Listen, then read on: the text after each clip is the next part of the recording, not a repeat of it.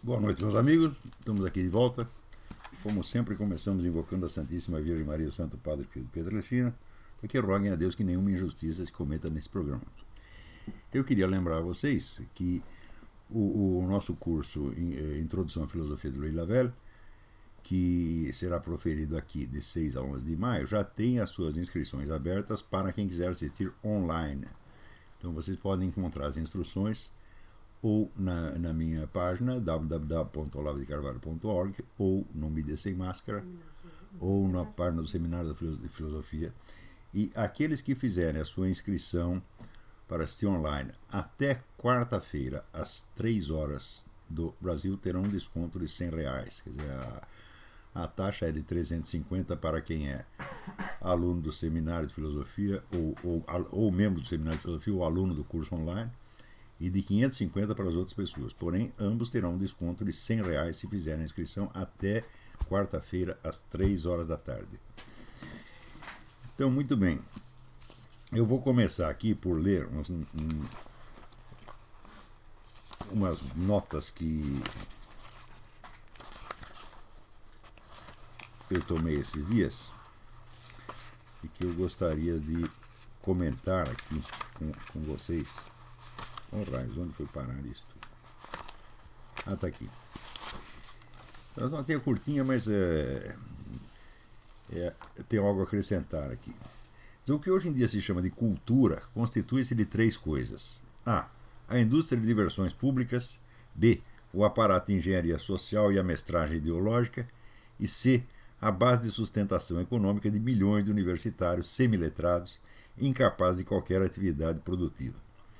Essas 3 monstruosidades convergem na busca de uma finalidade única: a redução da espécie a um rebanho de beócios autossatisfeitos que acreditam exercer o máximo de liberdade individual precisamente no instante em que se curvam com o servilismo bovino às instruções da cultura. A base material da existência desse fenômeno é a perfeita harmonia de interesses entre o grande capital e a mentalidade revolucionária. Isso aqui é da mais alta importância. Esta mentalidade revolucionária vive somente para a destruição e não poderia subsistir por um único dia sem ser absorvida e integrada na racionalidade capitalista que da boca para fora ela professa odiar. Bom, é sabido que todos os experimentos comunistas do mundo deram um prejuízo desgraçado. A própria União Soviética só subsistiu durante 60 anos graças à ajuda americana e, no fim, se realizou a profecia do Ludwig von Mises de que numa economia totalmente planificada, onde não existe mercado, né, as coisas não têm preços. Não tendo preço, não é possível fazer cálculo de preço. Se não é possível fazer cálculo de preço, não é possível fazer economia planejada, portanto não há socialismo algum. A hipótese de que uma equipe de gênios pudesse antecipadamente, né, preverem ou inventar o preço de tudo, vamos dizer, desde de aviões supersônicos até agulhas, né, é absolutamente inviável. Então, não tem cálculo de preço, a economia planejada é uma ficção. Resultado, hoje nós sabemos que todas as estatísticas econômicas da União Soviética eram totalmente inventadas. Não é que eles maquiavam para melhorar a coisa. Não, a estatística não existia. De maneira que a história da economia soviética ela é vamos dizer, continua sendo um mistério. O maior dos mistérios é como é que apareceram tantos milionários de repente, se não havia propriedade privada dos meios de produção. De repente aparece um bando de milionários. Eu só posso concluir que esses camaradas já eram milionários antes. Quer dizer, você tinha lá uma boa parte de economia privada, ilegal, mas que estava lá funcionando e que no fim era a base da economia soviética. Então, o socialismo como proposta econômica é uma coisa totalmente inviável. Os únicos socialismos, entre aspas, que dão certo são assim, países capitalistas altamente desenvolvidos que depois de ganhar um dinheiro maluco com o capitalismo liberal, decidem então criar lá uma previdência social, uma legislação, uma não sei o que, e chama isso de socialismo, como é o caso da Suécia. E que mesmo assim a Suécia já decidiu moderar com esse negócio de Estado paternal e privatizar um montão de coisa. Então, mas economia socialista, economia comunista é besteira, melhor não falar. Isso não existe, tá certo?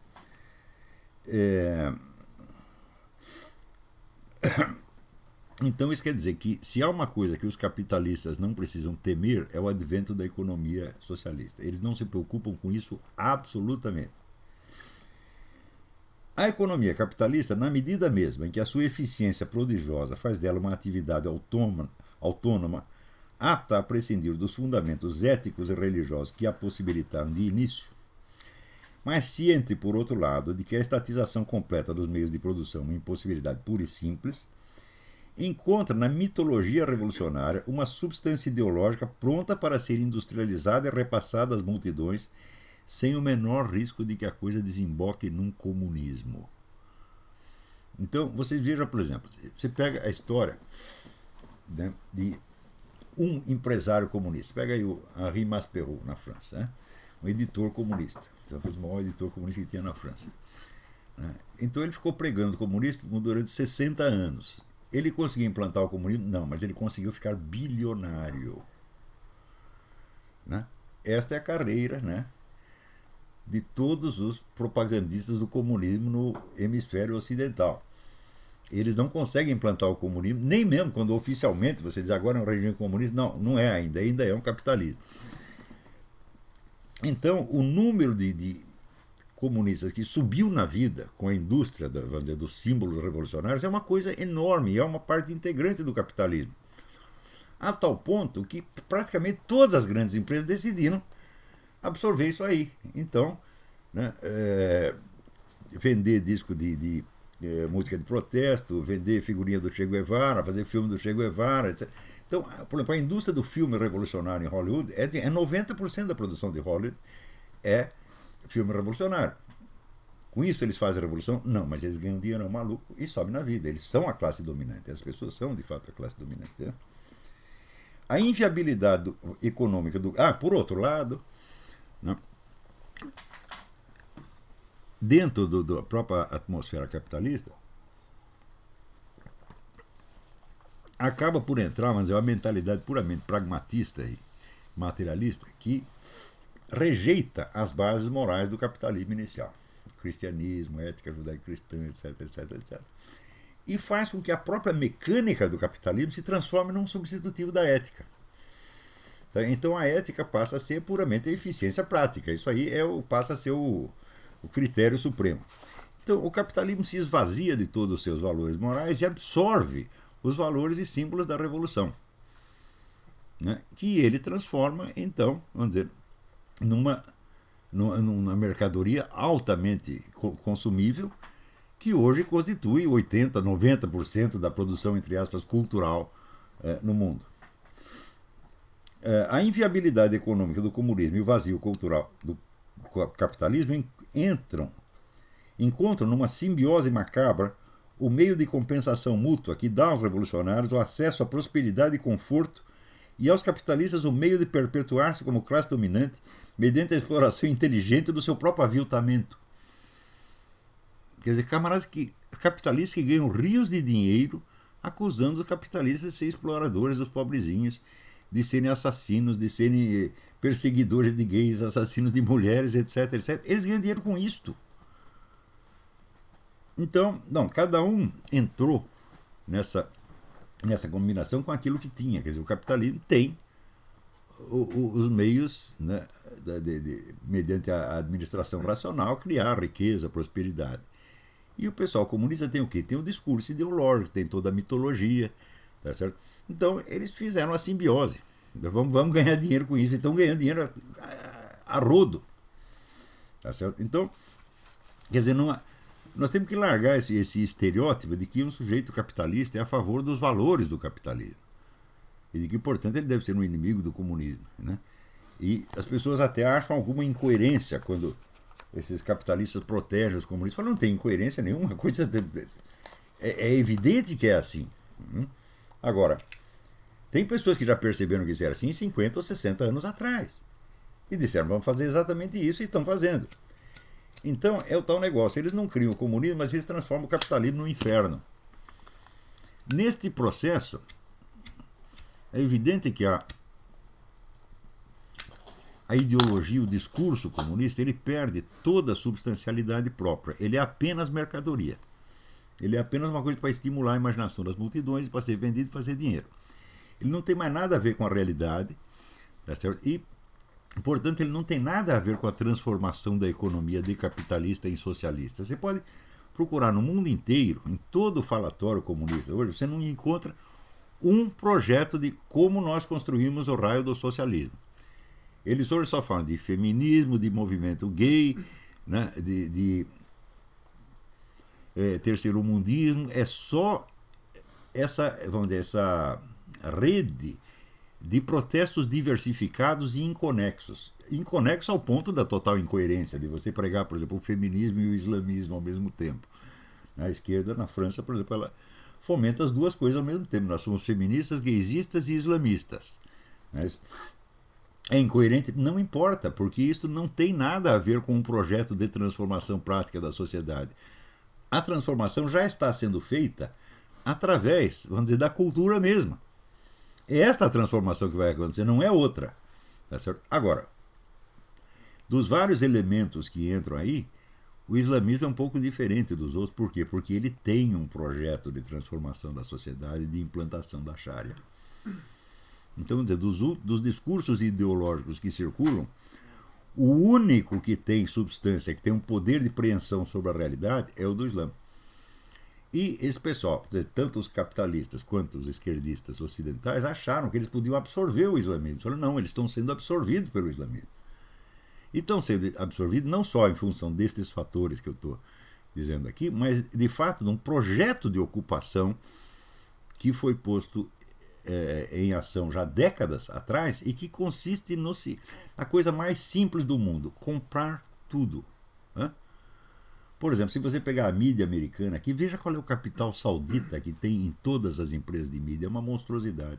Mas a Fox News, que é tida como a TV conservadora, 19% das ações pertencem à Arábia Saudita.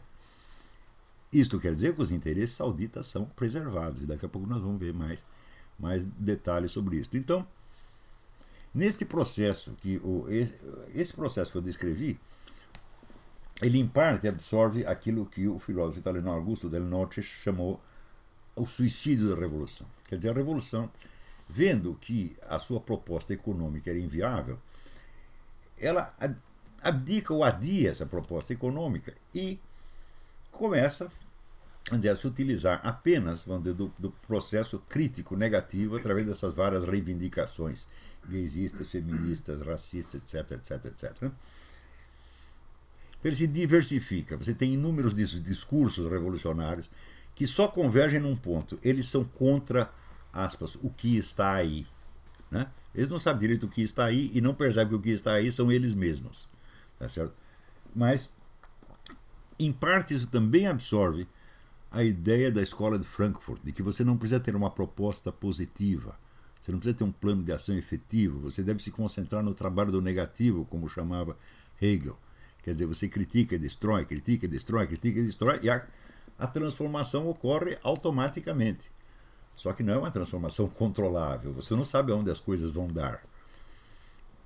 Se você pegasse algum esquerdista 30 ou 40 anos atrás, olha, vocês todos estão trabalhando para a ascensão do Islã, ele riria na sua cara, como riam na minha quando eu falava isso.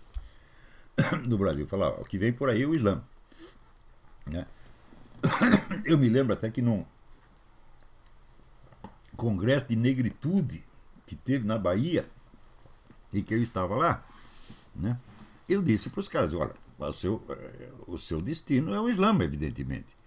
Eles não sabiam do que eu estava falando. Né?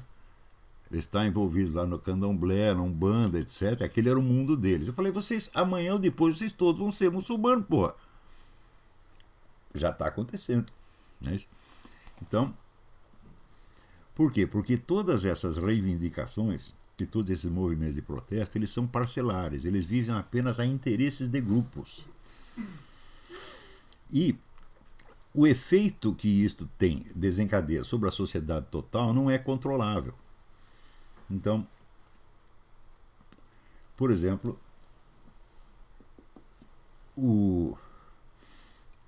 na medida em que você começa a afagar esse pessoal gaysista, né, e a aceitar que eles encarnem sempre as vítimas coitadinhas, né, então automaticamente você justifica qualquer violência que parta deles.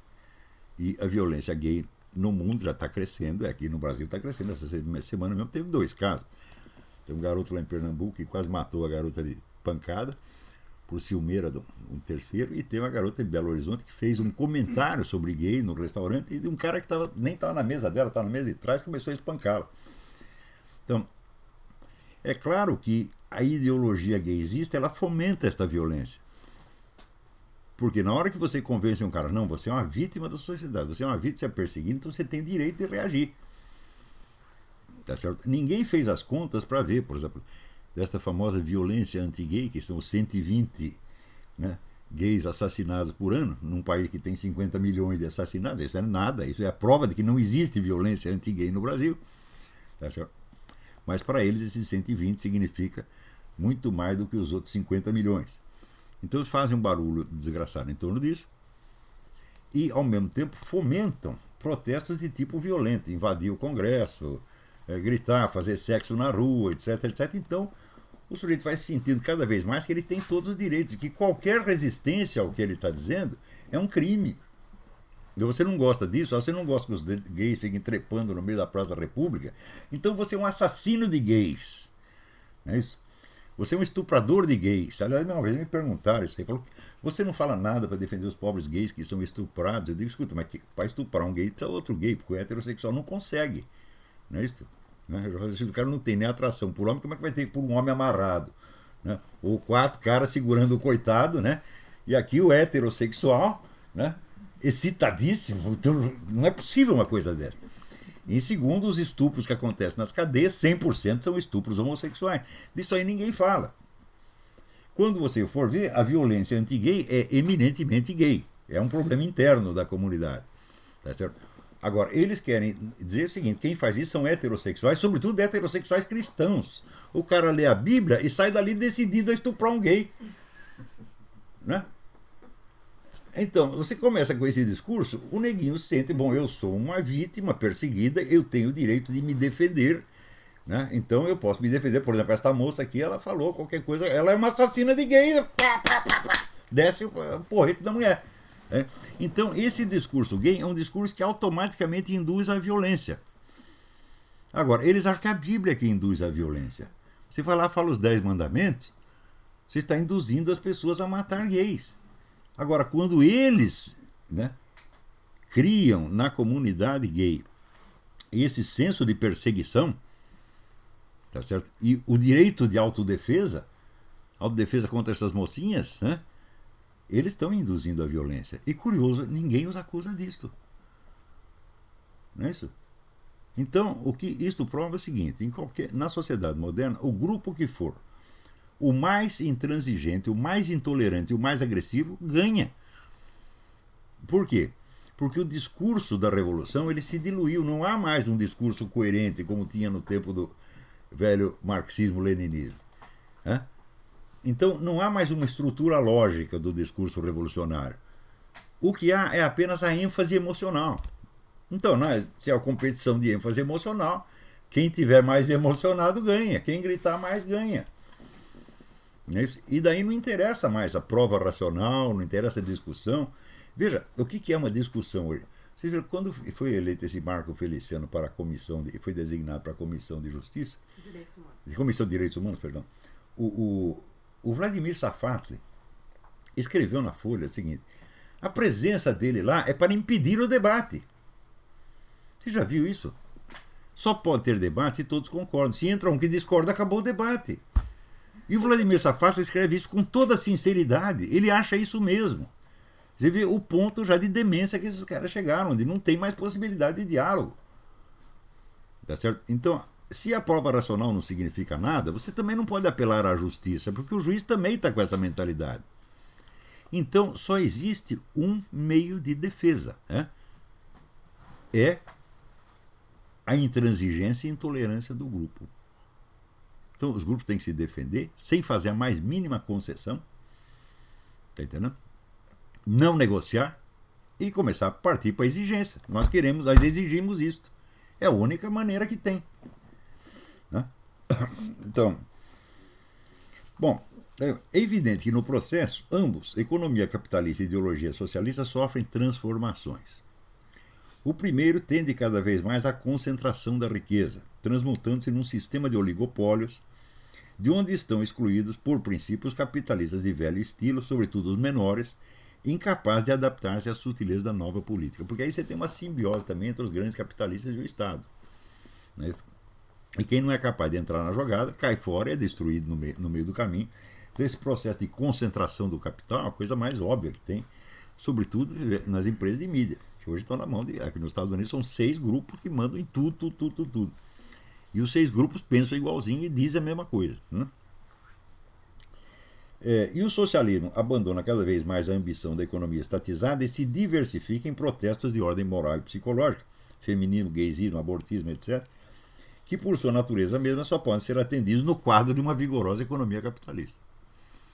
Então, onde você vai ter dinheiro para você sustentar esse bando de gaysista, né, de africanista, de feminista, de abortista, etc., precisa muito dinheiro, isso custa muito dinheiro, isso só é possível na economia capitalista. Então, isso quer dizer que o protesto socialista, o protesto esquerdista, tá certo? Ele fomenta a economia capitalista e vice-versa. Então nós já estamos num outro quadro. Quer dizer, a famosa síntese dos dois sistemas já aconteceu, embora ideologicamente ainda haja grupos distintos. E o pessoal que defende os valores e símbolos tradicionais judaico-cristãos, que originaram e possibilitaram o capitalismo, esses são completamente marginalizados por ambos os lados. São marginalizados pelos capitalistas e marginalizados pelos esquerdistas. Então, não tem mais lugar para eles na sociedade. Acontece o seguinte, acontece que essa é a maioria da população. Então, você tem uma situação onde a minoria discriminou a maioria. A maioria não tem mais direito a voz e voto. Não tem aqui, como não tem no Brasil, como não tem em parte alguma. Você vê o que acontece na França. Na França, os muçulmanos se reúnem para fazer a sua prece na sexta-feira e eles paralisam o trânsito em dezenas de ruas. Na França, como é um Estado laico, qualquer manifestação pública de religião na rua é proibida. Mas os muçulmanos têm o privilégio. Então, a polícia recebe a instrução de violar a lei e não interferir na cerimônia muçulmana. E com isso o muçulmano vai ocupando espaço. Qual seria a reação normal dos cristãos? Falar, se eles não cumprem a lei, nós também não vamos cumprir, nós vamos fazer aqui a procissão, a missa, e se a polícia vier, nós jogamos pedra nela. É o único jeito. Né? Então, é evidente que o pessoal que ainda está ligado a valores tradicionais é a maioria, tá certo? Mas, justamente por ser a maioria, ela não tem aquela concentração histérica na autovitimização que uma minoria facilmente adquire. É assim que as minorias acabam dominando todo o panorama. Não é isso? Vou ler aqui um outro negócio para vocês, que é um artigo que eu enviei já ao Diário do Comércio, deve sair nos próximos dias, mas vamos lê-lo já aqui. Chama-se Profecias do Diabo. Uma vida repleta de ocupações não tem permitido dar às minhas ideias a exposição escrita, toda arrumadinha que algumas delas merecem. Espalho-as de maneira fragmentária e anárquica, em artigos, aulas, conferências, programas de rádio, na vaga esperança de que, após a minha morte, alguma alma caridosa junte as peças e as monte em equipamentos mais utilizáveis pelo grande público. Uma dessas ideias, é a do poder imanente dos significados embutidos nos símbolos históricos. Ela diz resumidamente o seguinte: a história é feita das livres escolhas e decisões humanas. Mas, quando os homens se deixam guiar por ideias e símbolos cujo integral significado lhes escapa no momento, esse significado invisível acaba por se manifestar à plena luz do dia sob a forma de fatalidades históricas incontroláveis. Mesmo depois do fato consumado, existe ainda alguma dificuldade em perceber que já estavam enunciadas na formulação originária. Essa dificuldade emana do hábito moderno do pensamento metonímico, que concebe as propostas de ação tão somente por uma parte das suas qualidades autoproclamadas, sem sondar o sentido substantivo da ação planejada e, portanto, sem atinar com suas consequências inevitáveis. Eu vou dar um exemplo agora, por exemplo, para a gente ver esse negócio gaysista. Os pessoal dizem, não, nós estamos fazendo isso para defender os direitos dos gays. Direitos que não existem ainda, mas que eles proclamam que já estão sendo violados. Como que um direito inexistente pode ser violado é uma coisa que me escapa, mas esse ilogismo faz parte da estratégia psicológica. Muito bem. Acontece que se você aceita o casamento gay, você demoliu instantaneamente todo o direito de família. Se algum gay está pensando nisso, ele está com clara consciência nisso? Não, nenhum gaysista está com consciência clara disso. Mas quem bolou o negócio, quem bolou a estratégia, sabia perfeitamente.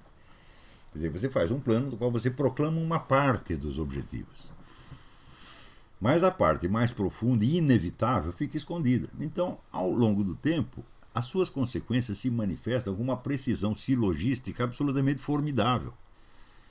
Por exemplo, o fato de que, num casamento gaysista, como eu já expliquei aqui, casamento gay, não existe definição de papéis conjugais. Se não existe definição de papéis conjugais, então qualquer relação humana com função sexual indefinida ou não declarada passa a ser casamento. Está entendendo? Isso quer dizer, por exemplo, que o número de pessoas envolvidas não importa. Pode ser um casamento entre 16 pessoas ou 35, tá certo? E também pode ser um casamento entre vários homens e várias mulheres, e assim por diante.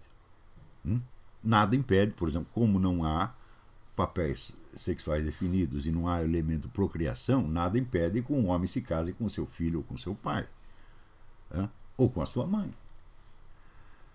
Tá compreendendo? Então, é só aceitar o princípio do casamento gay, eu digo, a demolição completa do direito de família é automática. Ainda que ninguém a perceba na hora, com o tempo você vai ver, vai entrar um processo aqui, outro ali, os juízes vão conceder coisas como já concedeu no Brasil, a reconhecer um casamento entre um homem e duas mulheres, e assim por diante. Isso é absolutamente inevitável. Quando você demole o direito de família, você demoliu praticamente, vamos dizer, a espinha dorsal da sociedade. Isso não vai poder ficar assim, daí vem o quê? Vem o Islã para botar ordem no negócio, porra. Essa que é a consequência. Se disser, Max Weber dizer que a história é o conjunto das consequências impremeditadas das ações humanas. Bom, impremeditada pela massa dos militantes, dos idiotas úteis, mas premeditado por alguém que entendia o processo. Isso que eu estou dizendo para você é algo que esses estrategistas desses movimentos entendem perfeitamente. Eu até entendo depois deles, né? Porque eu não vou ficar gastando meu tempo para ficar pensando maldade para fazer com os seres humanos, mas eles pensam. E pensam muito bem pensado. Então, vamos continuar. Na história sacra e profética, esses desenvolvimentos anunciam-se previamente de maneira nítida.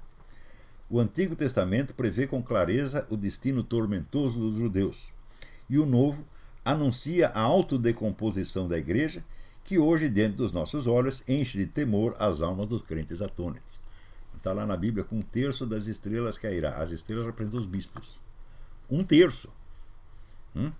Na verdade, para bagunçar a igreja inteira, não precisa nem cair 1/3, basta cair 1/10 já virou bagunça. É aquele princípio que eu falei para vocês. Quantos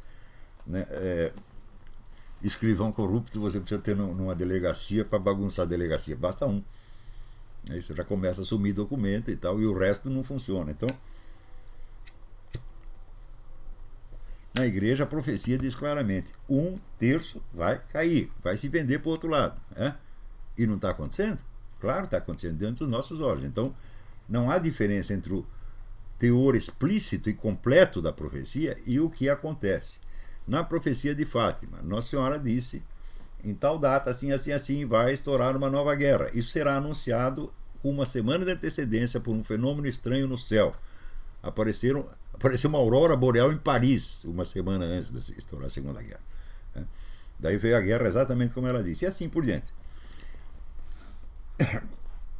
Na história profana, os símbolos vêm encobertos por densas camadas de confusão metonímica. A progressiva manifestação do seu significado simula, no quadro histórico maior, a evolução de uma neurose desde um trauma de infância longamente esquecido.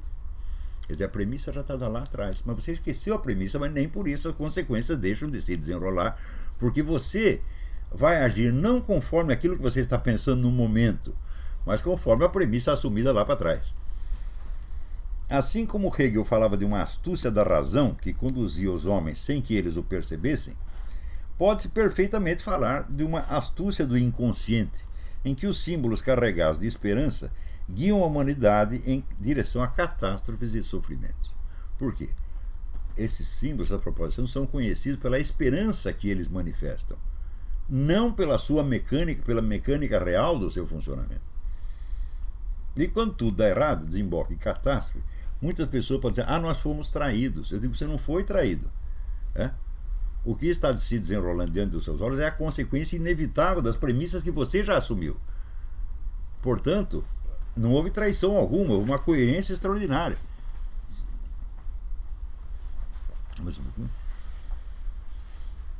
Um exemplo é o projeto socialista, que se apresenta como socialização dos meios de produção em nome de uma sociedade sem classes. Por trás desses slogans, o socialismo é substantivamente a unificação do poder político com o poder econômico, dissolvendo uma das principais garantias da liberdade na sociedade capitalista e anunciando a formação de uma superclasse governante onipotente e praticamente indestrutível. Os caras têm todos os meios na mão. Você vê, numa sociedade capitalista, você tem inúmeros meios de você subir na vida. Tá certo? Inclusive fazendo propaganda socialista, ou fazendo propaganda gaysista. Quanta gente não vive disso hoje? Quantos meios você tem de subir dentro de uma sociedade socialista? Arrumar a carteirinha do partido. Isso no Brasil, inclusive, já está sendo adotado. Esses meios subsidiários, eles só valem quando são abençoados pelo partido. A profecia embutida não é discernível somente na formulação das teorias e propostas. Quer dizer, discernível, uma vez que você diagnosticou, você precisa raspar a linguagem metonímica para encontrar do que estão falando mesmo. Preste bem atenção, então não é um ideal magnífico que deu errado. O ideal não era magnífico, o ideal já era feio desde o início, mas é que você o expressou metonimicamente. Você expressou por algumas qualidades que você pretendia realizar por meio daquilo, sem você descrever qual era a sucessão real das ações que você ia empreender para fazer aquilo. Não é uma questão de fins e meios. O fim maligno já está definido no início junto com o fim benigno. Quando aí você pega o fim benigno e passa a designar o projeto inteiro só por aquela parte. Então isso é norma geral, meu filho. Você, por exemplo, pega o negócio do abortismo. Nós queremos os direitos reprodutivos. Eu digo, sim, você quer os seus direitos reprodutivos, mas para isso você vai ter que matar pessoas. Mas você não pode dizer que é matar pessoas, você tem que contar raciocinando metonimicamente. É isso? Então, qual é a prova que você tem de que um feto não é uma pessoa humana? Você diz, bom, você não pode provar que um feto já é uma pessoa humana, você também não pode provar que não. Então, no caso de dúvida, tá certo? Você está arriscando a vida de alguém que pode ser um ser humano. Isso é inevitável. E o projeto abortista implica a decisão de correr esse risco. Não, nós vamos matar antes de saber se é humano ou não. Então, esta é a substância do projeto abortista. É induzir as pessoas a correr um risco moral formidável. Então, esta é a substância. Mas, metonimicamente, nós olhamos apenas para os direitos reprodutivos das mulheres, o direito que a mulher tem sobre o seu próprio corpo. É, obviamente, uma metonímia. Na figura de linguagem. Então, na hora que você treina as pessoas para discutir em torno de figuras de linguagem, é claro que a discussão nunca vai dar nada. só vai criar mais confusão. Por quê? Porque o objeto da discussão está ausente. Você está discutindo uma coisa, mas você proíbe que a coisa entre na sala. Fala, nós vamos discutir somente aqui as suas qualidades verbais. Você mesmo sai para lá. Tá certo? É claro que isto produz loucura. Esses dias saiu um artigo do David Kupelian no WorldNet dele, falando da epidemia de loucura que está tendo nos Estados Unidos. Quer dizer, o número de casos de demência, suicídio, etc., nos últimos 5 anos, graças ao Obama. Né? O que cria isto?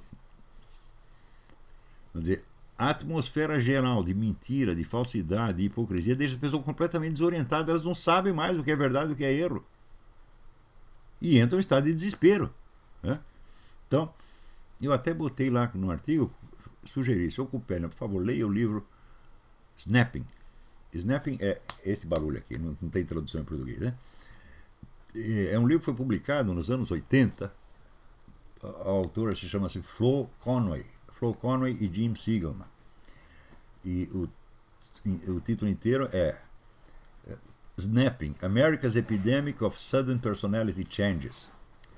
A epidemia americana de súbitas mutações de personalidade. E ela estuda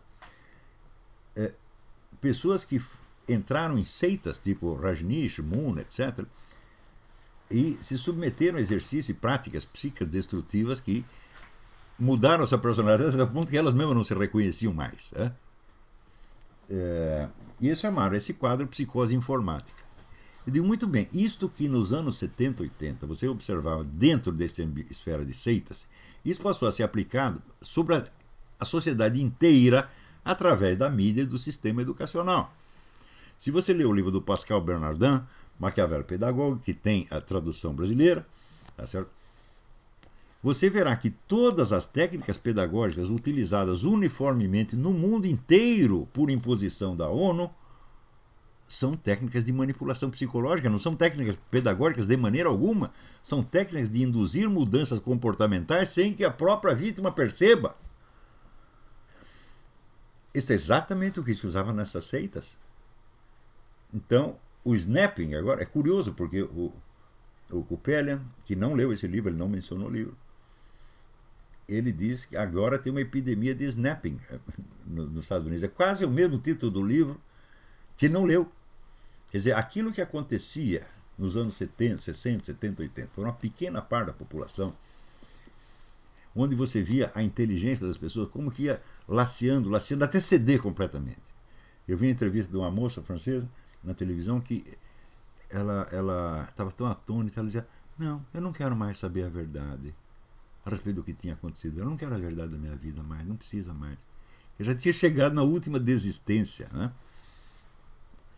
Também eu vi um documentário, depois ele sumiu, onde um sujeito da seita Rajneesh, ele colocou os seus pés dentro de uma tina com cimento, esperou o cimento endurecer e pediu que o jogassem na piscina. E eu vi, né, no Brasil havia um engenheiro de origem indiana que uma secretária dele desapareceu, ele começou a investigar, né? Uma vez ele viu a secretária no meio da rua com um bando de jovens gritando, cantando, etc. Ele sabia o que era e descobriu que era a tal da seita Love Family, ou Meninos de Deus. E ele ficou curioso, começou a estudar esse negócio e juntou lá uma documentação na casa dele, que uma vez fui eu e um promotor público para ver aquilo, e então aparecia o chefe da seita, que chama David não sei das quantas, explicando que os pais têm que fazer suruba com os seus bebês a partir dos 4 anos de idade. E era assim, e a coisa, inclusive, contada pela filha do fundador, ela ficou revoltada com o pai, contou tudo. Tá? Então, essas coisas aconteciam para uma faixa mínima da população. Mas aquilo foi apenas balão de ensaio. Hoje, essas técnicas, a imposição dessa monstruosidade é geral.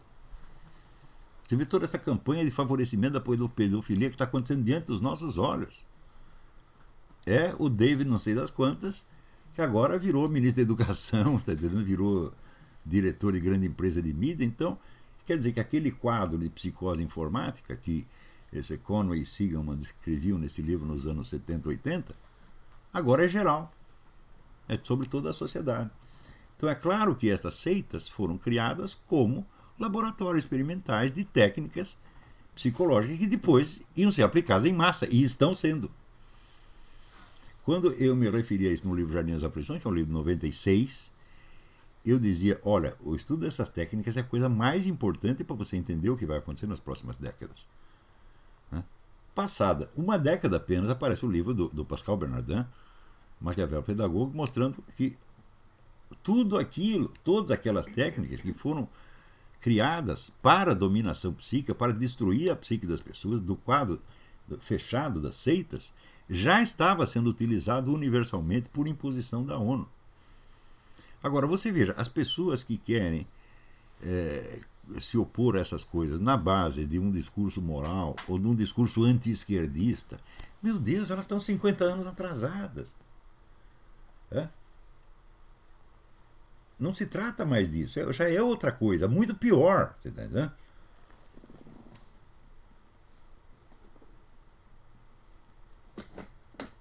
Então, a velha regra do Sun Tzu, conhece o teu inimigo, eu digo, bom, parece que o pessoal conservador, cristão, etc., quer fazer o anti-Sun Tzu, não conheça o seu inimigo, né? Dê tiro no escuro, é o que eles estão fazendo. Todo o pessoal está fazendo isso, todo o pessoal evangélico, católico, só dá tiro no escuro, não sabe o que estão fazendo, porque não tem um jeito de, só tem dois jeitos de saber, ou Deus revela a coisa para você, ou você vai ter que estudar, ou as duas coisas, não é isso? Mesmo quando dá revelação, alguma coisa você vai ter que estudar. Não é isso? E o pessoal não tem nenhuma coisa nem outra. Deus não me informou de nada e eu estou com preguiça de estudar, não vou querer saber. Né? Então, continuando aqui. A profecia embutida não é discernível somente na formulação das teorias e propostas, mas também nos símbolos que as condensam para a imaginação popular.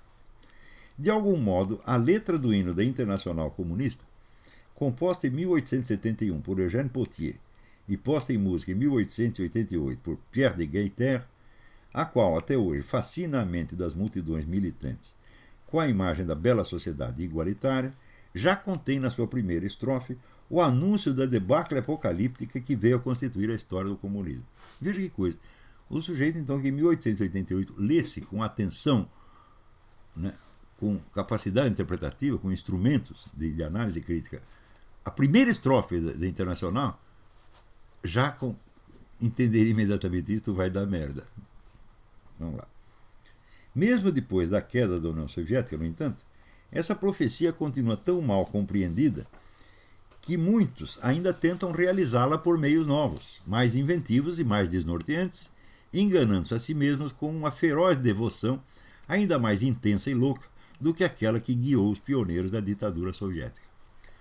Ao conclamar ao grande empreendimento da Revolução Socialista os danados da terra e os condenados da fome, les damnés de la terre, les forçats de la femme, o poema já insinua que quem os convoca à ação é, hegelianamente, a razão, a deusa inspiradora de 1789.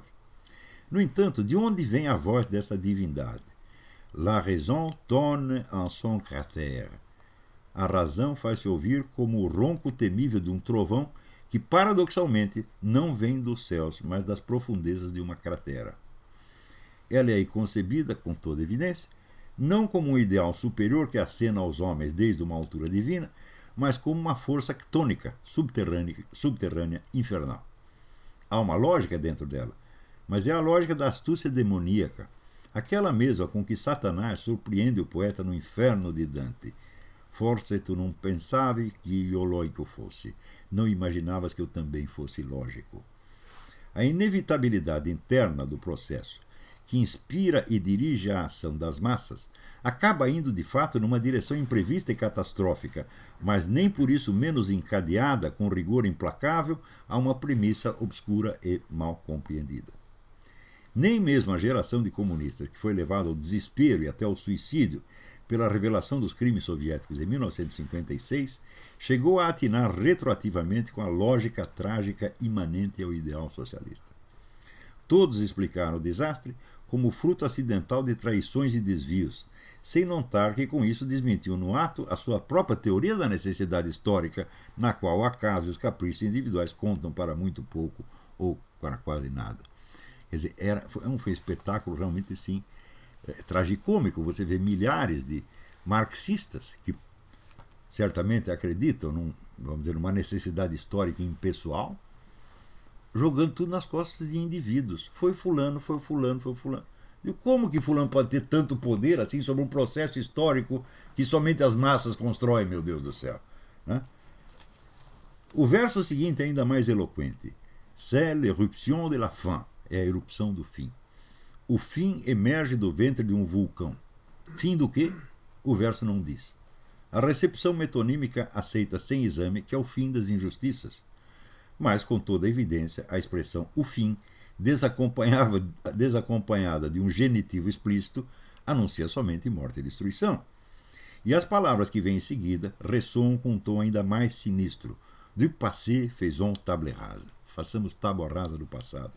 Apagar o passado, falsificar a história em nome de um apelo estimulante, tal tem sido de fato uma das principais ocupações da historiografia oficial esquerdista, induzindo as massas a entregar-se entusiasticamente à busca de um propósito cuja raiz desconhecem e cujos frutos, por isso, sempre hão de surpreendê-los com o sabor amargo de um enigma diabólico. Quer dizer, essa é a lógica diabólica. Né? Ela é sempre lógica, mas não no sentido em que você a entendeu, e sim num sentido mais profundo e mais rigoroso, mais encadeado ainda.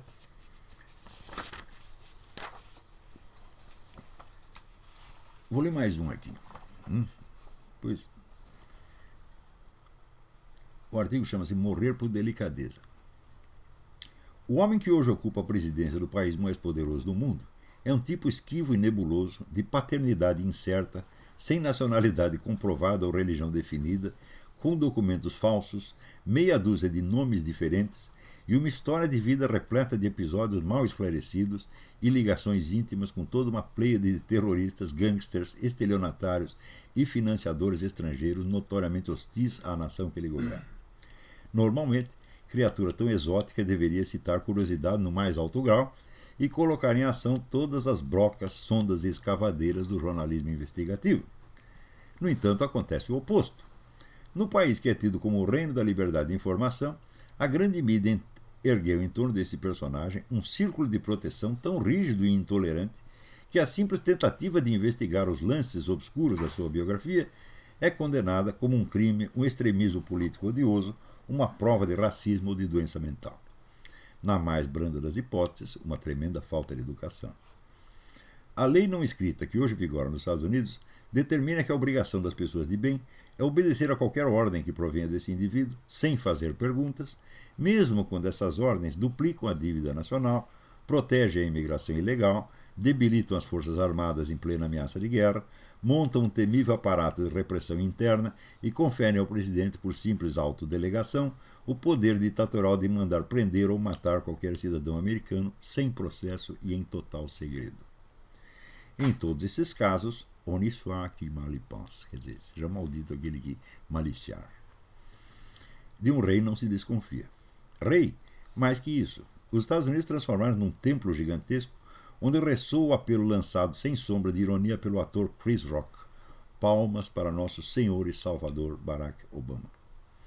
Quando se fala dessas coisas a um obamista roxo, a reação é de escândalo no sentido bíblico do termo, o ódio sagrado, a indignação sem fim da alma ofendida por uma intolerável blasfêmia. Nunca houve na história das democracias uma situação tão anormal, tão forçada, tão psicopática. Mas o que a torna mais esquisita ainda é o esforço geral para reprimir a percepção do óbvio e, mediante prodígios de acrobacia mental, simular normalidade. Amigos e inimigos do governante estão cientes de tudo, mas fingem que nada está acontecendo. Os primeiros, porque sabem que, rasgado o véu da camuflagem, quem vai aparecer pelado no palco são eles mesmos. Os segundos, porque veem com horror a perspectiva de ter de tornar-se heróis quando já estavam tão perto de alcançar seu ideal supremo, uma poupuda aposentadoria. Apesar disso, os detalhes escabrosos continuam a brotar como cogumelos, espalhando-se pela internet e pelo rádio. Eis os mais recentes. 1.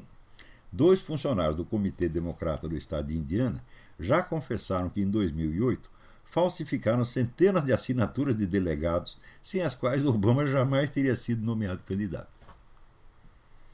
2. Mike Zullo, o investigador-chefe da equipe do xerife João Arpaio, diz já ter a prova oficial e definitiva da falsidade da certidão de nascimento do alistamento militar do Social Security de Obama, estando tudo praticamente pronto para um processo criminal, aliás, o primeiro, pois todas as tentativas anteriores, barradas in limine sem exame do mérito, se deram na esfera civil, erro fatal dos busters que já comentei aqui. Quer dizer, por incrível que pareça, não houve nenhum processo criminal até agora. Né? O pessoal fica tudo discutindo problemas constitucionais, elegibilidades. É que vamos dizer, é uma questão importante, mas é discutível. Pode-se discutir indefinidamente isso. Mas o crime de forgery não tem o que discutir. Está aqui a prova material, acabou. E não fizeram nenhum até agora. Isso mostra o seguinte, que o sistema americano ele é indefeso contra um grupo de vigaristas que decida tomar o poder por meio de fraude. Não tem como defender. Se ele tiver o apoio certo, que é o apoio da mídia, tá certo? E uma militância relativamente extensa disposta a defendê-lo, não há o que se possa fazer contra ele. Não porque não haja instrumentos para isso, mas porque as mentes ficam confusas e não sabem o que fazer. Vamos dizer, em 2008,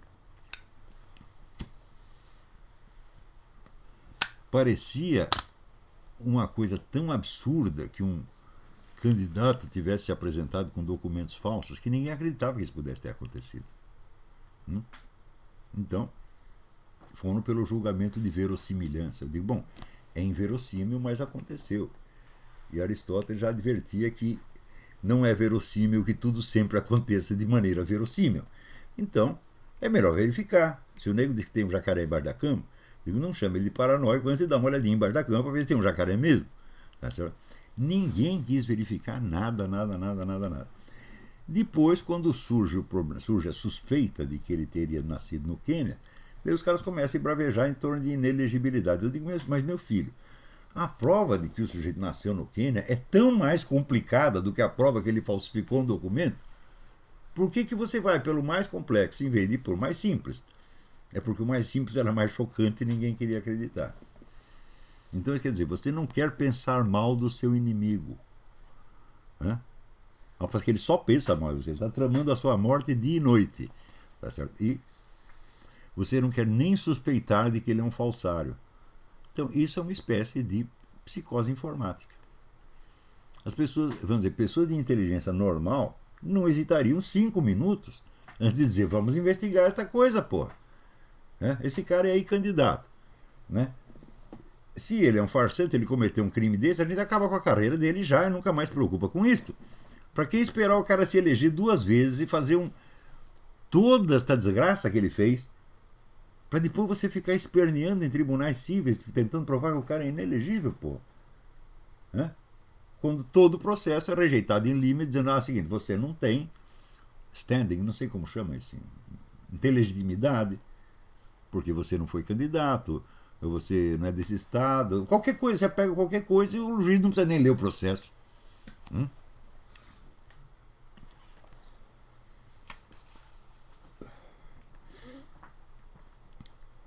Tem mais detalhes escabrosos. Essa semana apareceu o negócio do Social Security. Aqui cada cidadão tem um número de Social Security do estado onde ele mora.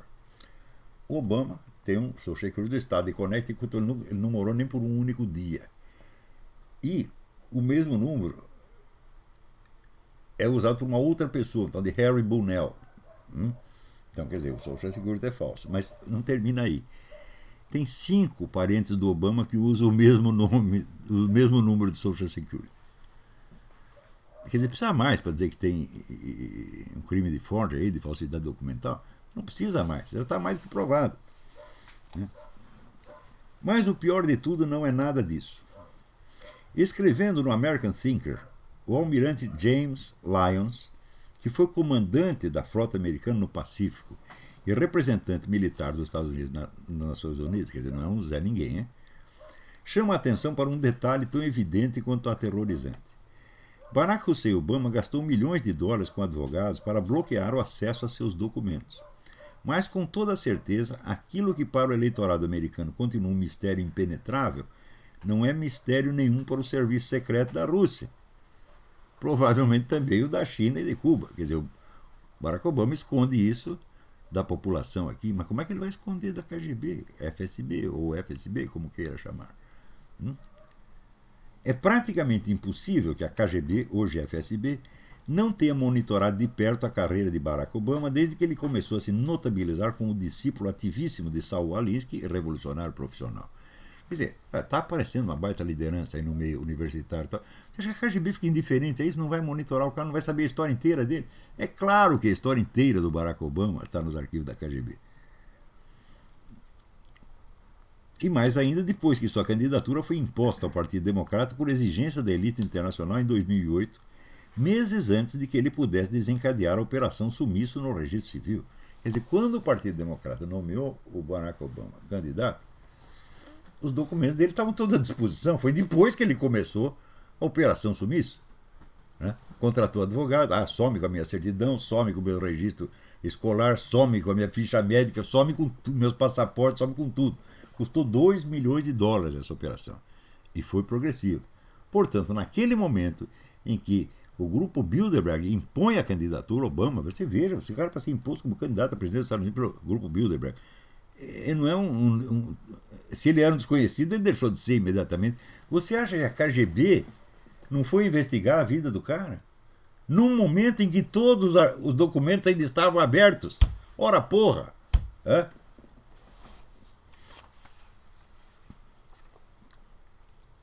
Meses antes de que ele pudesse desencadear a Operação Sumiço no Registro Civil, no Departamento de Estado e nos arquivos universitários.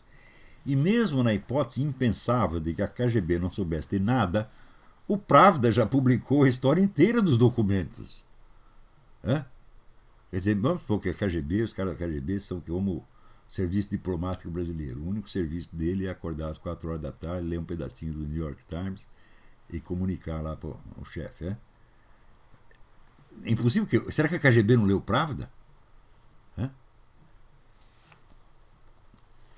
O Pravda já publicou a história inteira dos documentos e o advogado Orly Tace deu mais detalhes ainda dias atrás no programa de Viktor Topaler, conhecido como o Rush Limbaugh da Rússia, que tem 50 milhões de telespectadores. Ou seja, no mínimo tem 50 milhões de russos, sem contar os leitores do Pravda, que já sabem tudo a respeito da história dos documentos do Obama. Mas na KGB ninguém leu nada disso, ninguém assiste televisão, ninguém lê jornal, ninguém está sabendo de nada, né? Em plena iminência de guerra com dois aliados da Rússia, os Estados Unidos têm na Casa Branca o mais vulnerável e chantageável dos presidentes. Aquilo mesmo que o defende contra seus compatriotas, entrega-o inerme nas mãos de potências estrangeiras virtualmente hostis. Por sua mera presença, o homem é um risco para a segurança nacional. Mas falar disso é considerado o suprassumo da impolidez e pouquíssimos ousam cometê-lo. Nunca as regras do mais frívolo bom tom se sobrepuseram tão ostensivamente ao instinto de sobrevivência, ameaçando transformar o destino da nação americana numa realização literal da profecia de Rimbaud: par délicatesse, já perdi uma vie. Por delicadeza perdi minha vida. Então, vocês se lembram daquela entrevista que houve? O Obama estava conversando com um diplomata russo e esqueceram o microfone ligado e aparecia ele dizendo: não, espera, que depois da minha reeleição eu vou ter mais margem de manobra. Ele era prometendo alguma coisa. Por que tem que prometer? Por que ele tem que se ajoelhar diante do rei da Arábia Saudita? Agora, falando de Arábia Saudita, aconteceu o seguinte, que quando houve a bomba em Boston, o primeiro neguinho que foi preso foi um árabe saudita. E esse árabe saudita, então, foi mantido num hospital onde estava sendo interrogado. Daí anunciaram que ele ia ser deportado. Quer dizer, não interrogou o cara nem durante 24 horas, já vão deportá-lo e ele fica livre da justiça americana, ele volta para a sua casa, tá certo? Em plena liberdade.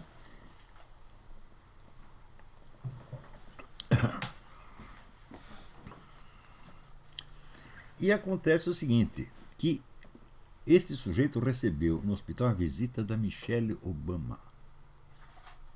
O que ela foi fazer lá? Quer dizer, como é que tem um suspeito de terrorismo e vai a primeira dama do país fazer uma visita de cortesia ao cara? Mais ainda, no dia seguinte da bomba, o Obama mandou chamar um embaixador da Arábia Saudita é um encontro que não estava agendado, um encontro de emergência, e conversaram não se sabe o quê. No dia seguinte sai a decisão de que o cara tem que ser deportado. Ora, nós sabemos que a carreira do Barack Obama foi financiada por um príncipe saudita. Tá certo? E hoje deu lá no Glenn Beck de que este saudita que ficou preso lá, que vai ser, ele está intimamente ligado à célula que produziu o atentado. Então é claro que vocês têm um esquema saudita de dominação que governa esse país, porra. Hã? Através do seu presidente da República, que é um office boy deles. Quer dizer, agora, se você disser, ele é o presidente da Manchúria, que tem aquele filme que os inimigos criam o presidente, falam, mas é claro que é. Hã? Agora isso não é mais teoria da conspiração, não é mais conjectura, não é fantasia. O sujeito está dizendo aqui, olha, ele tem escrito na testa, eu sou office boy da Arábia Saudita, porra. Hã? Não é estranho, porque a Arábia Saudita está comprando tudo aqui para comprar o Barack Obama, não é mais caro do que a Fox News, é? Então você pode comprar 19% das Fox News, pode comprar 300% do Barack Obama e ainda sobra algum dinheiro, né? Então é esta a situação. Pior ainda, é você ver aqui as negociações para a criação de uma moeda mundial já estão avançadas e provavelmente não vai passar deste ano. Começou com o BRICS, Brasil, Índia, Rússia, China. Vamos nos livrar do dólar e fazer uma moeda paralela aqui. Daí o próprio Fundo Monetário Internacional gostou da ideia. Falou, vamos fazer uma moeda mundial. Ao que fizer a moeda mundial, acaba o dólar do dia para a noite. Quer dizer, o sujeito protege os terroristas, né? Trabalha para a Arábia Saudita. Não é isso? Mais ainda, a Arábia Saudita, esta operação não é só saudita. Deu no WorldNet dele hoje, né? Quem planejou esses ataques foi o próprio chefe da polícia iraniana, né? Ele há tempos mandou fazer um estudo aqui sobre essas manifestações esportivas que juntavam bastante gente. Por que ele estava fazendo esse estudo? Porque na mesma época saía na revista do Al-Qaeda o apelo a que os caras soltassem bombas nessas manifestações. E mais ainda, saiu um manual de como construir as bombas com panela de pressão, publicado pela revista da Al-Qaeda. Portanto, há alguma conexão aí de Arábia Saudita e Irã. E todo mundo sabe que a Arábia Saudita é o maior financiador de movimento terrorista no mundo. E ao mesmo tempo se faz de amiga dos Estados Unidos. E o presidente dos Estados Unidos vai lá e se prosterna perante o rei da Arábia Saudita, né? Então é claro que isto aí é um sistema de ocupação islâmica que vem por várias vias. Vem por cima, através desses meios diplomáticos, dessa compra geral de consciências e a penetração econômica. Vem por baixo, através da imigração e desta política de imposição progressiva, da ocupação de espaço progressiva, né? Ao passo que você deixa atemorizada a própria população local, e com a colaboração de quem? Da grande mídia, ou seja, do grande capital, que é o principal canal por onde vem esse processo de intimidação ideológica, de que você reagir a gays, a feministas ou a muçulmanos é fascismo. Por quê? Porque nós somos aqui um Estado laico. Então, o Estado laico é um instrumento islâmico, evidentemente. Você esvazia ideologicamente a sua cultura, tá certo? Adota o próprio pragmatismo capitalista como se fosse a única regra de conduta viável, o que de cara já produz revolta e ódio nas pessoas. As pessoas ficam odiando o capitalismo com justa razão, não é isso? Então, além de fazer isso, essas grandes empresas vivem de vender propaganda anticapitalista, propaganda anticristã, e Estado laico, etc, etc, etc, né? Então é evidente que você cria um vácuo, e esse vácuo só pode ser atendido pelo Islã. Esses dias no Brasil houve lá uma passeata de mulheres contra aqueles movimentos das mulheres que mostram os peitos, né? E na passeata estavam mulheres católicas e muçulmanas. A passeata foi respeitada um pouquinho porque tinha muçulmanas, né? Só por causa disso. Mesmo assim, não foi noticiado na grande mídia.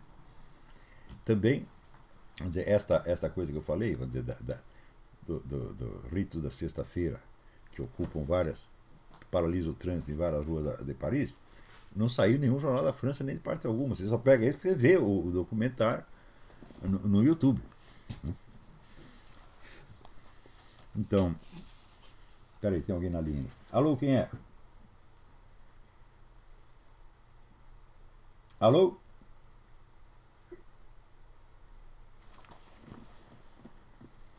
Alô?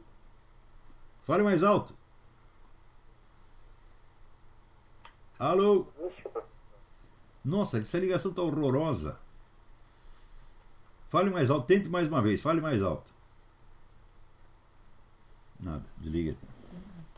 Hã? Alô, quem mais? Tá aí na linha. Armando Tavares do Rio. Quem é? Fale mais alto. Armando Tavares do Rio. Armando Tavares, tudo bem? Tudo bem. Eu queria agradecer ao senhor por esse livro que o senhor me indicou. Indicou a todos, aliás. O menino o rapaz que viu Jesus. Ah, The Boy Who Met Jesus, é. Esse livro é extraordinário, extraordinário. Isso é para mudar uma vida. Muito bom. Não estou minha, pode ter certeza. Eu queria agradecer por isso. E o que eu queria perguntar ao senhor é o seguinte: existe condições de acontecer aqui no Brasil, por exemplo, que aconteceu em Ruanda? Olha, condição existe. O que só não existe é necessidade. No Brasil você vai fazer um genocídio contra quem? Você não tem resistência, né?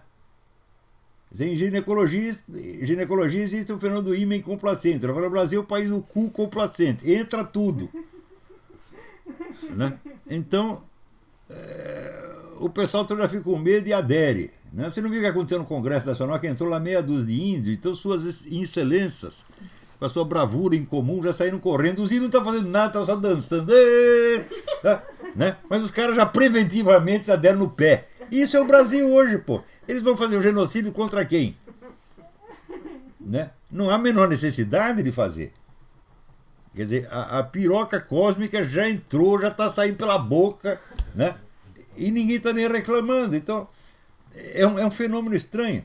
Você vê que Jorge Bernanos, que viveu no Brasil, ele dizia que o Brasil é um país espetacular, mas infelizmente está destinado a ter a revolução mais sangrenta. O Brasil está tendo a revolução menos sangrenta do universo. Quer dizer, é sangrenta porque tem 50 mil homicídios por ano. Mas não é uma revolução no sentido clássico da coisa, né? Em que os revolucionários matam os seus inimigos. Eles não precisam mais, eles não têm inimigos a quem matar, porra. É uma coisa fantástica. A ausência de resistência no Brasil é um fenômeno como nunca se viu na face da Terra. Tem duas coisas no Brasil, que acontecem no Brasil que não aconteceu antes. Primeiro, a burrice, a total destruição da alta cultura, né? E a institucionalização do analfabetismo obrigatório, em que os nossos alunos sempre são os piores do universo. Esse é o primeiro fenômeno. E o segundo fenômeno é esse da total ausência de resistência, né? O cu nacional complacente. Eu nunca vi uma coisa dessa, eu estou ainda perplexo, mas bom, né? Já dizia o meu amigo Andrei Plecho, filósofo romeno, que o Brasil é um país em que ninguém tem obrigação de ser normal. Então, tudo pode acontecer aí e já está acontecendo. Peraí, tem mais alguém na linha? Alô? Oi? Alô? Sim, diga.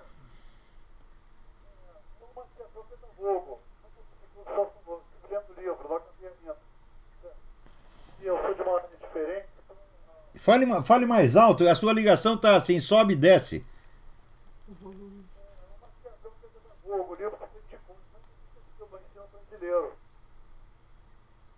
Eu não entendi a sua pergunta. Eu entendi que você está falando do livro do Pascal Bernardin, Maquiavel Pedagogo.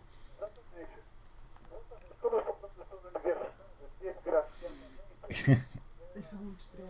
o que acontece na universidade é o que está escrito naquele livro. Ele está, aqui, o Armando Tavares está depondo. Falou, eu sou professor universitário, eu vejo o que acontece na universidade, é exatamente o que o Pascal Bernardin escreve no Maquiavel Pedagogo. Quer dizer, são técnicas apresentadas como técnicas pedagógicas, mas não são técnicas pedagógicas, são técnicas de engenharia social. Eles não são feitos para ensinar nada para ninguém, mas para mudar a sua conduta sem que você mesmo perceba que você mudou. Quer dizer, você recebe uma ordem, mas ela é dada de tal maneira que você imagina que foi você mesmo que decidiu aquilo. É um negocinho de uma engenhosidade incrível. Isso foi desenvolvido desde os anos 40, porra. Os caras ficaram 30, 40 anos estudando isso antes de colocar, antes de testar. Eles começaram a testar nas seitas na década de 70. E começaram a adotar em escala mundial na década de 80 e 90. Agora, aí você vê como o pessoal conservador, cristão, etc., está atrasado. Eles não estudam nada disso, porra. Né? E quando eu comecei a falar disso no Brasil, a pessoa dizia que era louco. Ah, isso é teoria da conspiração. Ô, Lourdes, você é teoria da conspiração, vai tomar seu cu, porra. Ela tem tempo para perder com o ignorante, porra. Eu estou falando uma coisa porque eu estudei. Agora, no Brasil, a ignorância dá ao indivíduo um senso de autoridade intelectual que é uma coisa incrível, porra. Quanto mais burro, mais certeza ele tem, né? E mais cheio de si ele fala. É que nem o Pedro, meu filho, tem um amiguinho que diz: eu sou burro com muito orgulho. Né? Puta que pariu. Né? Sabe como terminou o cara? Fuzilado porque estava vendendo droga. É assim que terminou, o burro com muito orgulho. Então, tem mais um negocinho aqui para ler para vocês.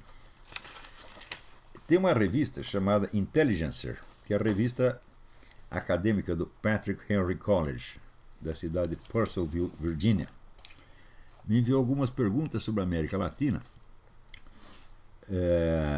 E eu mandei para o Diário do Comércio também, mas não saiu ainda. Né? Então, primeira pergunta. Quais foram as causas da mudança da América Latina para o socialismo e comunismo depois de a região ter alcançado algum sucesso no capitalismo? Resposta. A história da América Latina no último meio século pode se dividir em 3 etapas. Primeiro vieram as ditaduras militares e a derrota da esquerda armada. Depois, a volta da democracia e uma fase de entusiasmo epidérmico pelo capitalismo liberal, coincidindo com a queda do comunismo no leste europeu. Por fim, a ascensão geral das esquerdas. Note bem que esta fase de entusiasmo epidérmico pelo liberalismo foi justamente na época em que estava se espalhando entre os adeptos do capitalismo essa mentalidade pragmatista, de que como é que se diz? O liberalismo ateu, cientificismo, filosofia analítica, essa merda toda. Portanto, o total esvaziamento, né, dos valores culturais.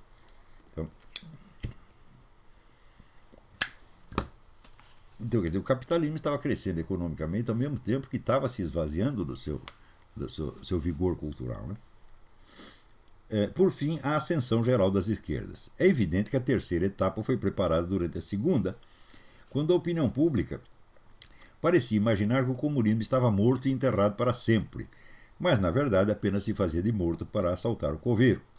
O que aconteceu foi que, na época, a direita não entendeu de maneira alguma o processo de transformação interna do movimento comunista. Os militares haviam se concentrado no combate à esquerda armada, sem fazer praticamente nada contra o comunismo no campo ideológico e cultural, que precisamente na época da maior repressão ia sendo discretamente dominado pelos esquerdistas. Na quase totalidade dos países da América Latina, esses dominavam o aparato cultural e jornalístico justamente no instante em que a queda da União Soviética lançava entre eles um estado de confusão ideológica muito propício a uma revisão estratégica profunda, que veio a acontecer com rapidez extraordinária, sem que a direita, então embriagada de ilusão triunfalista, nem sequer o percebesse. Essa revisão foi composta de 2 itens. Primeiro, reforma organizacional dos partidos comunistas, que abandonaram a antiga linha vertical de comando para adotar uma organização mais flexível em redes e propiciar a articulação estratégica entre todas as facções da esquerda, passando por cima de antigas dissensões ideológicas. Não há mais dissensão ideológica na esquerda, não há mais discussão ideológica, a gente aceita tudo, qualquer coisa. Né? O sujeito chega aqui, olha, eu inventei aqui o espiritismo socialista, manda vir. Né? Eu aqui sou assim, o socialismo vegetariano, manda vir. Né?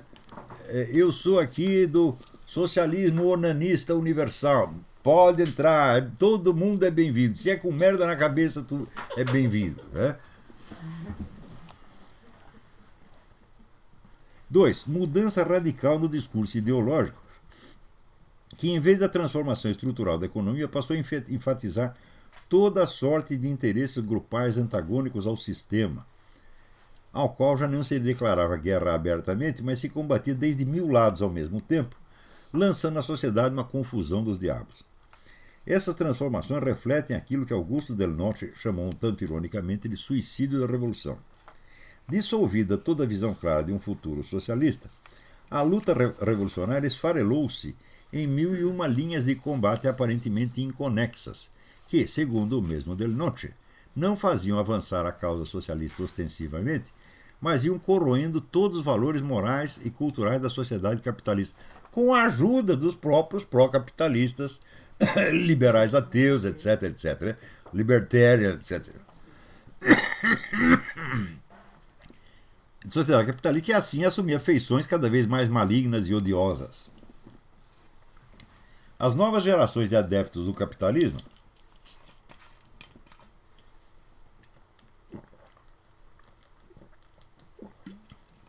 já educadas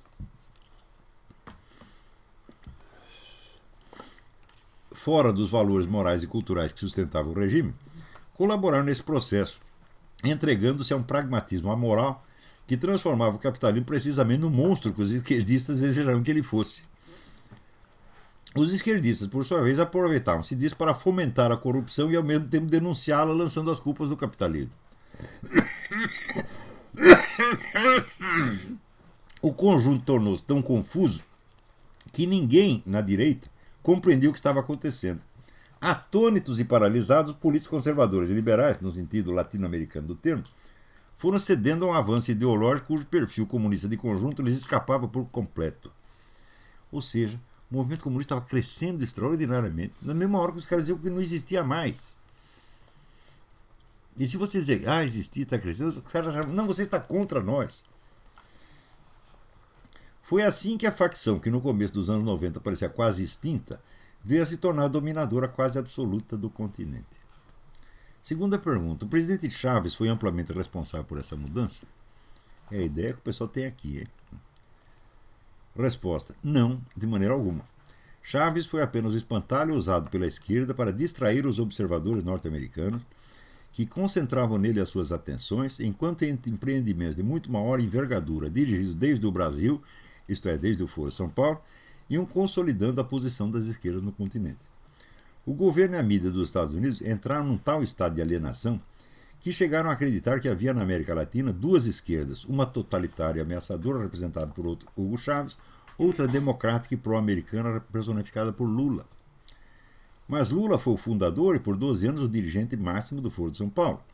Mais realista foi a visão das Farc, Força Armada Revolucionária da Colômbia, que logo enxergaram na fundação dessa entidade a salvação e o futuro do movimento comunista.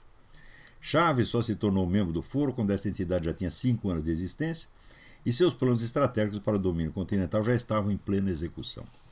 Nunca houve entre Chávez e o Foro ou entre Chávez e Lula a mais mínima divergência. O próprio Lula, em 2 discursos que chegaram a ser reproduzidos no site oficial da Presidência da República Brasileira, reconheceu que o Foro tinha elevado e mantido Hugo Chávez no poder. Chávez foi sempre um instrumento dócil do Foro, encarregado de condensar em si os temores internacionais, acobertando as operações de conjunto do Foro no restante do continente.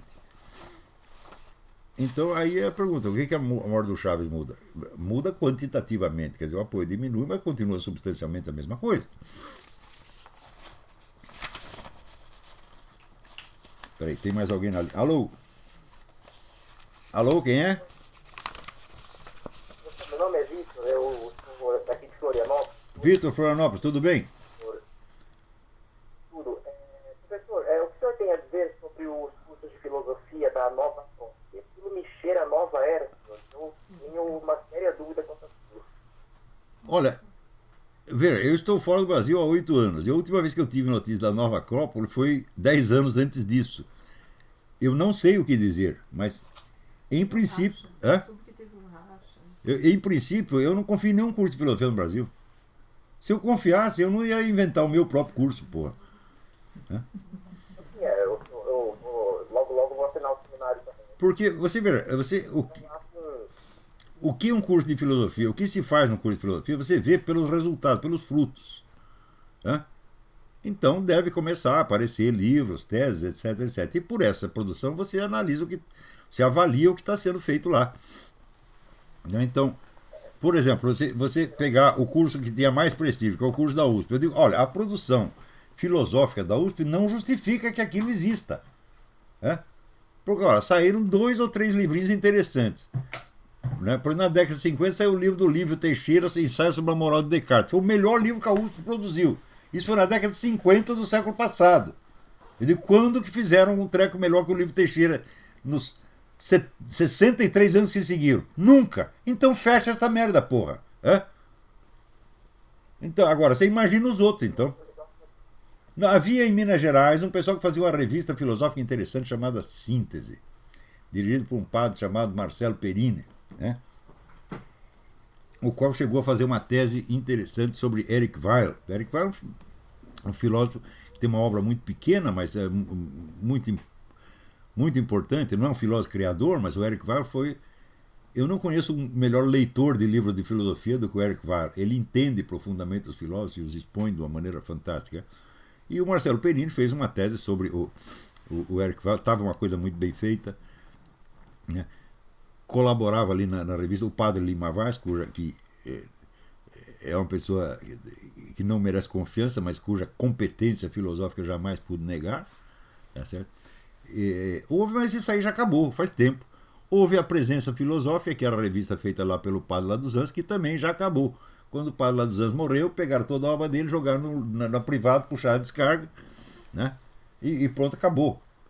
Então você não vê nenhum esforço sincero, verdadeiro, para criar uma atmosfera boa de discussão filosófica no Brasil. Né? Antigamente tinha a Associação Brasileira de Filósofos Católicos. Cadê? Eles produziram congressos maravilhosos, em que ia gente da mais alta categoria de vários países. Cadê? Acabou, você foi para Las Picas. Né? Então, eu acho que não sobrou mais nada. Acabou-se tudo, como disse. Então, vamos ver aqui. Você vê que coisa. O Obama disse que não ia ter mais visitas populares à Casa Branca para economizar dinheiro. E na mesma semana mandou 500 milhões para os palestinos.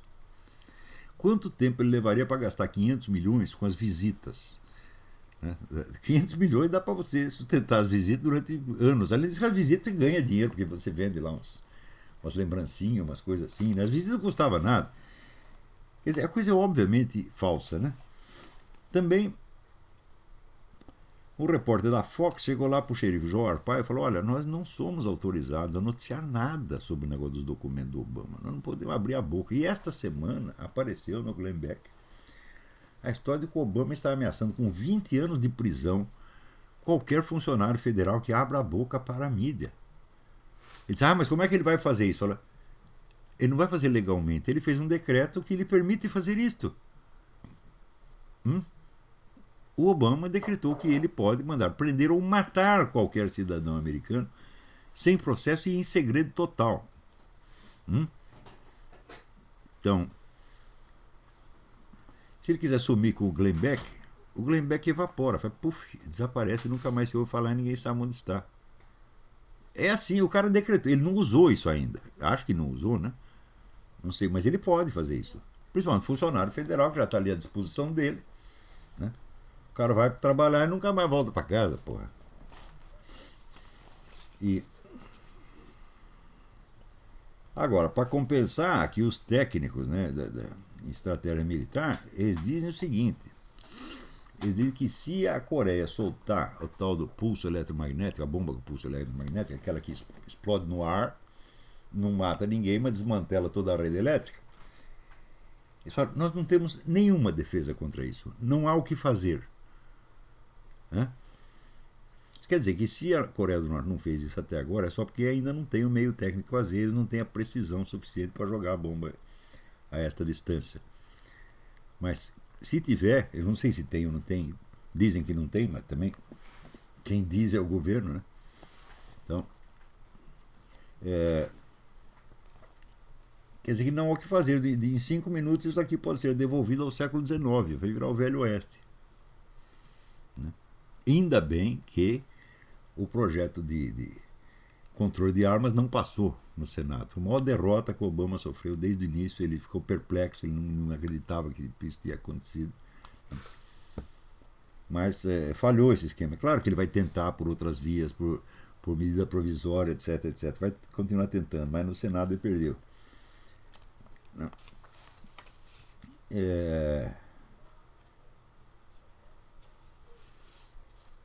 Agora aqui, você sabia que é o seguinte, o cara da CIA, né, é o sujeito que sumiu com os passaportes do Obama antigamente. O Obama, então, pagou gratidão, pagou agora o favor. Né. O ministro de secretário de defesa é muçulmano. Né. E o John Kerry, a filha dele é casada com um iraniano que está muito próximo do governo do Irã. E o Obama foi financiado pela Arábia Saudita. O que mais você espera? O que falta para você tirar a conclusão do silogismo? Não é que aí entrou a síndrome do piu-piu, você está entendendo? Os caras dizem, acho que eu vi um gatinho, será que eu vi um gatinho? E não tira conclusão nenhuma. Esta impossibilidade de concluir é um dos traços mais marcantes da psicose informática, tal como descrita pela Flo Conway e Jim Siegel no livro Snapping. É um livro que eu li com enorme interesse, né, nos anos 80, porque eu conheci um bando de gente que estava metendo. Eu tinha um problema com uma seita que tentou acabar com a minha carreira. Né, e eu fiz uma vingança maligna, botei a Polícia Federal atrás delas, invadiram a sede, os caras foram presos. A vingança é doce. Né?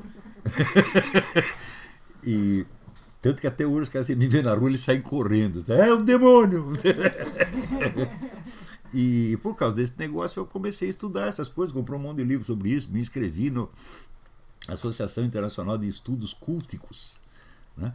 E até hoje ainda leio um pouquinho, eu leio com moderação, porque esse é um assunto tão fecal que, né, queria escrever um livro sobre isso, eu não consegui escrever o livro. Chegou uma hora assim que era pensar nisso e vomitar. Né? Esse negócio, cara, fazendo suruba com os garotos de 4 anos, porra, na própria família, o pai comendo filho de 4 anos e achando isso lindo, né? Então, mas você vê que este sintoma, esta inconclusividade, esta espécie de frouxidão da inteligência, que você dá a premissa, aqui a premissa número 1, aqui a premissa número 2, qual é a consequência? Não sei. Isto é característico da psicose informática. Só que naquele tempo era pessoal. Aliás, eu quero pedir um favor para vocês. Vocês estão aí no Brasil. Nos anos 70, houve um cidadão que era um inglês, que ele era o presidente da Ford Mundial. Ele foi para o Brasil e estava no hotel e o quarto dele foi invadido por um grupo de menininhas do Love Family, menininhas de 12, 13, 14 anos, peladinhas, que o levaram para não sei onde. E o cara desapareceu. Isso saiu noticiado nos jornais da época, especialmente no Jornal da Tarde, que era a edição vespertina do Estadão. Não sei se o Jornal da Tarde ainda existe. Se algum de vocês que mora em São Paulo fizer a amabilidade de ir para mim até o arquivo do Estadão e procurar esta notícia e mandar para mim, eu ficarei enormemente grato. Mais ou menos que ano? Foi na década de 70, eu não consigo lembrar. Eu acho que eu fui trabalhar lá no... Eu estava trabalhando no Jornal da Tarde quando isso aconteceu. Eu não redigia a notícia, eu estava na parte da política, isso aí foi a parte de polícia, era outro cara que fazia, mas eu li o negócio. Né? E depois, até hoje eu não sei que raio de coisa deu a investigação, se o cara apareceu, se ficou sumido para sempre. Eu sei que a coisa foi abafada. Não, veja, não foi abafada porque alguém do Love Family chegasse no jornal e mandasse o cara calar a boca. Não houve propina, não houve intimidação, não houve nada. Houve a natural repugnância do cérebro humano de falar daquilo que ele não está entendendo absolutamente. A coisa é muito esquisita, então é que nem uma cunaína, né? Dá uma preguiça, e você não quer mais pensar naquilo. E é assim que o mal vence, porque você tem preguiça de pensar nele, porque ele é muito esquisito, ele é muito disforme, né? Ele embrulha o seu estômago. Né? E é assim. Então, por mais repugnante que seja esta coisa, né? Eu digo, bom, eu não consegui escrever o livro que eu queria, mas eu não parei de falar desta porra, tá entendendo? Então, se alguém puder fazer isso, já tem milhares de pessoas que me ouvem, uma delas pode ter esta caridade, né? E eu preciso dessa informação. Você vai lá e mande, faz um PDF, manda para olavo@olavodecarvalho.org. Agradeço desde já. Então, muito bem, eu acho que por aqui já acabou. Aqui tem um painel das Nações Unidas dizendo que Jesus era homossexual. Não é isso? Tá vendo? Vocês ainda ficam resistindo, porra. Tem que, né? Não é dando que se recebe. Então, isso tem que começar a dar, porra. Vocês entendem? Pessoas desumanas, vocês são assassinos de homossexuais, porra. Agora, aqui também aconteceu o seguinte: tem um velhinho Amish. Que Tem gente que não sabe o que é. Amish é uma seita protestante antiga. Os caras não fazem nada, eles só ficam rezando o dia inteiro, né? Eles não usam armas, não fazem mal a ninguém. Eles são conhecidos porque eles fazem umas comidinhas maravilhosas, né? E uns enfeitinhos de casa, umas coisas assim. E tinha um velhinho Amish, de uns 120 anos, que ele foi preso porque ele comprou uma tesoura num estado e estava atravessando a tesoura com a fronteira. Estava atravessando a fronteira com a tesoura. Ele foi preso por causa disso. Sabe por quê? Porque houve um crime que fizeram contra um homossexual, tal de Matthew Shepard, nos anos 70, 80, e o cara foi morto a tesouradas. Então, daí baixaram uma lei, né? E tá lá o velhinho Amish comprando tesouras, que era para a filha dele cortar as rendinhas e tal. O velho foi preso por causa disso, como se fosse um criminoso. Quer dizer, aqui, nos Estados Unidos, os caras estão regulamentando tudo, qualquer coisa que você vai fazer, tem um regulamento de 1000 páginas. Absolutamente tudo, né? Se você tenta, então, comprar uma casa, meu filho, é tanto papel, que tudo está assim. Agora, a ONU também, na mesma semana que declara que Jesus era homossexual, ela classificou a oposição ao aborto na lista dos crimes de tortura. Né? Sou contra o aborto. Torturador, assassino de mulheres e gays e negros e judeus, etc, etc, etc. É foda, viu? Bom, então, eu acho que... também tem outra coisa. Aqui tem um sujeito que tem uma clínica de aborto. E a clínica de aborto dele era especialista em fazer aborto depois das crianças nascerem. Deixar as crianças nascerem e matava. Em circunstâncias absolutamente hediondas, né? O cara está sendo julgado agora. O cidadão chama-se Gosnell, Gosnell. Procurem esse nome. A grande mídia não está dando uma linha a respeito. Só sai no Worldnet dele, no rádio, na internet. Então, a grande mídia... Escuta, a gente tem que acabar com essa coisa, porra. Né? Eu acho assim, que você comprar um exemplar da Folha de São Paulo é crime de tortura. Né? Tortura ao saco humano. Tá entendendo? Então vocês parem de comprar essa coisa, não assinem esse AOL, né? Não compram o Estadão, não compram o Globo, não gastem dinheiro com essa porcaria. Tá? Vocês veem no rádio, na internet tem fontes muito melhores. Né? Então, agora também aconteceu uma coisa aqui que é o seguinte, eu não gosto de entrar nesse tipo de coisa. Eu não gosto de falar da conduta sexual de ninguém, mas acontece que o senhor Barack Obama, ele é o presidente da República, tem alguma satisfação a prestar. O Barack Obama, como todos os presidentes americanos, ele viaja para jogar golfe. Acontece que os presidentes viajam geralmente com seus companheiros de geração. É um velhinho lá de 60 anos que vai jogar golfe com outro velhinho de 60 anos. O Obama só viaja com garotos 30 ou 20 anos mais novos. Né? E desses, 2 que eram reconhecidamente gays já apareceram mortos em circunstâncias misteriosas. Sem contar, né, o tal do Sinclair, que disse que ele tinha uma vasta experiência gay junto com o Barack Obama, e daí o processaram e ele ganhou o processo. Então, até agora, continua, o que ele falou continua impune, se for mentira. E apareceu o líder gay, né, de Chicago dizendo que Ele e o prefeito lá de Chicago, agora esqueci o nome do cara, né? Eles ficavam lá na sauna gay, que eles denominavam aquilo de oral office, né? Tem tudo isso. Agora, bom, o cara dê para quem ele quiser. Mas e esses caras que estão aparecendo mortos? Que merda é essa, né? Será que foi violência heterossexual? Né? Tá muito esquisito isso aí, né? Mas aqui nos Estados Unidos está tudo esquisito, no Brasil também está mais esquisito ainda. E o mundo está se tornando cada vez mais incompreensível. Tá bom, então por hoje é só, até o mês que vem. Muito obrigado.